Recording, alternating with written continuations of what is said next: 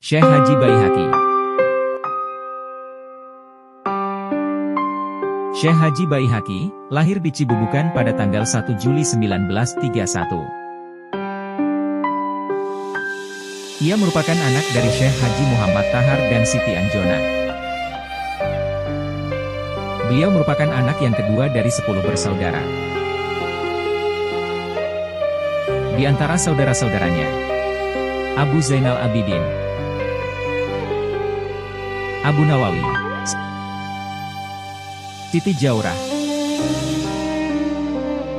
Pendidikannya dimulai dari ayahnya, selanjutnya ia menuntut ilmu di Darussalam Labuhan Haji Aceh Selatan dan belajar kitab serta suluk langsung dengan Syekh Haji Muhammad Wali Al-Halibi. Syekh Haji Baihaqi menikah pada usia 25 tahun dengan Umi Siti Sahara, dan dikaruniai anak sebanyak 10 orang. Dan anak-anaknya yang masih hidup sampai sekarang: Hajah Siti Aisyah, Hajah Ummi Maimah, Hajah Nurhayati, Haji Tajuddin,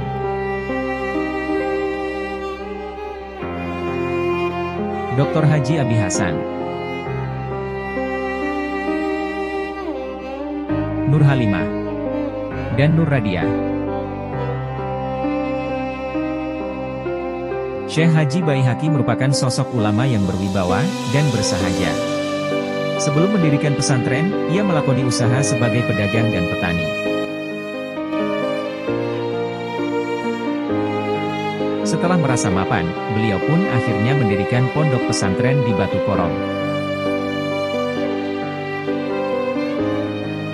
Kehidupan Syekh Haji Baihaqi hampir sepenuhnya beliau abdikan untuk umat, di mana dalam kesehariannya ia selalu aktif memimpin sholat jamaah, mengajar santri-santrinya, memberikan tausiah kepada masyarakat dan pengajian fardu ain.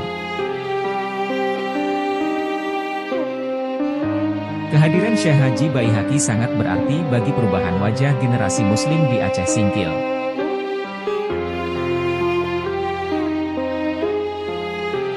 Selama lebih kurang dalam usia 84 tahun usianya, ia merupakan pelopor dan penggagas lahirnya berbagai lembaga pendidikan termasuk perguruan tinggi di Aceh Singkil.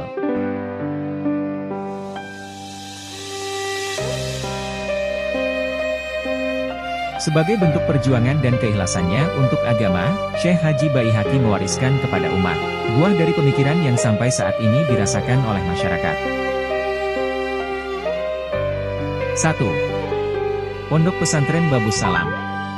Pondok Pesantren Babus Salam ini mulai dirintis pada tahun 1983 dan resmi berbadan hukum sejak tahun 1985. Sejak beliau wafat, pondok ini dilanjutkan kepemimpinannya oleh putra beliau Dr. Haji Abi Hasan, dengan jumlah santri saat ini sebanyak 761 orang.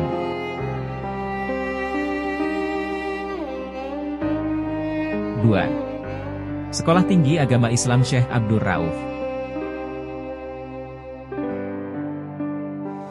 Sekolah Tinggi Agama Islam Syekh Abdur Rauf merupakan perguruan tinggi Islam pertama berdiri di Aceh Singkil pada tahun 2002, dengan luas lahan pertamanya seluas 40.000 meter persegi yang merupakan hibah murni dari Syekh Haji Baihaqi pula.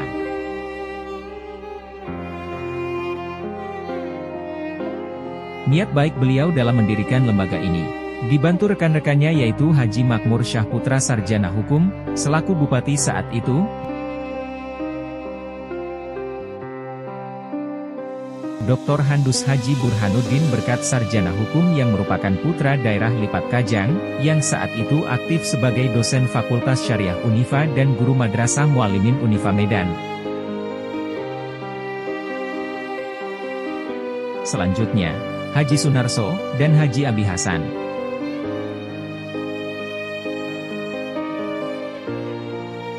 Kehadiran perguruan tinggi ini sangat banyak membantu masyarakat Kabupaten Aceh Singkil untuk dapat meraih pendidikan sarjana.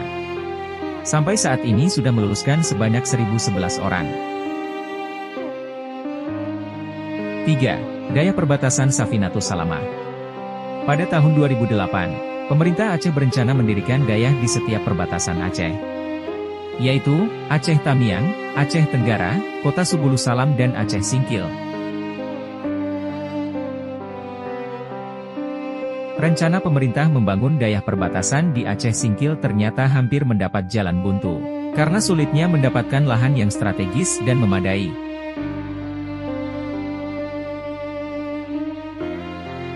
Syekh Haji Baihaqi pun ternyata mengetahui hal ini, dan lagi-lagi kehadiran beliau memberikan arti penting, ditandai dengan dihibahkannya tanah perkebunan kelapa sawit miliknya seluas 20 hektar. Di samping itu, Syekh Haji Baihaqi juga merupakan salah satu tokoh penggagas berdirinya SMP Simpang Kanan dan SMA Simpang Kanan.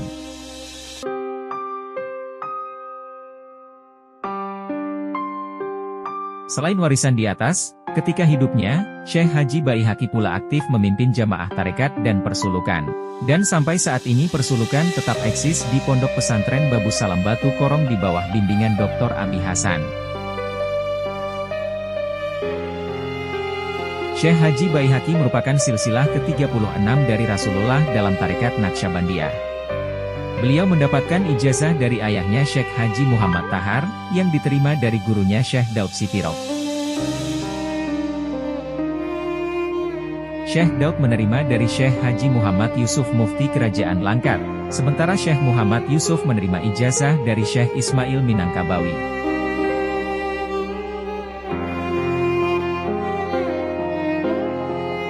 Pada bulan Oktober 2015, Syekh Haji Baihaqi jatuh sakit, dan sempat dirawat di Rumah Sakit Umum Zainal Abidin Banda Aceh.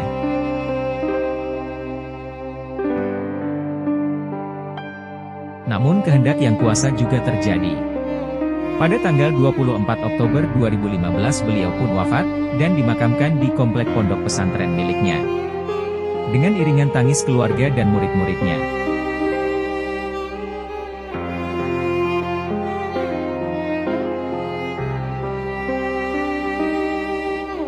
Selamat jalan guru kami. Selamat jalan pembimbing kami. Semoga engkau tenang di sisinya dan ditempatkan di surganya, amin ya robbal alamin.